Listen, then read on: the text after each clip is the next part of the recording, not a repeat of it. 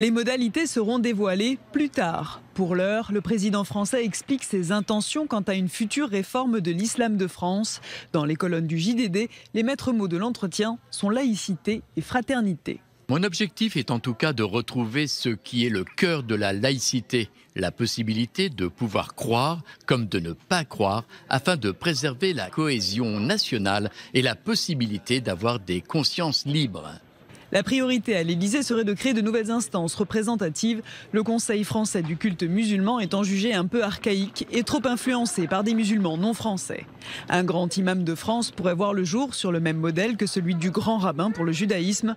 L'hypothétique grand imam disposerait alors d'une autorité morale sur le culte musulman et d'un pouvoir de représentation face aux politiques. Autre objectif, rendre le financement des lieux de culte plus transparent et enfin influer sur la formation des imams, le parcours. Comment ? Dans l'entretien accordé au journal du dimanche, Emmanuel Macron affirme qu'il consulte beaucoup. Je pense que le risque est de brandir des objets connotés ou de faire des raccourcis en plongeant tout le monde dans un même sac. Le sujet reste en effet sensible, mais l'opinion française semble évoluer sur la question. Selon un sondage publié ce dimanche, 56% des Français pensent désormais que l'islam est compatible avec les valeurs de la société française. L'IFOP et le JDD avaient déjà posé cette question en 2016.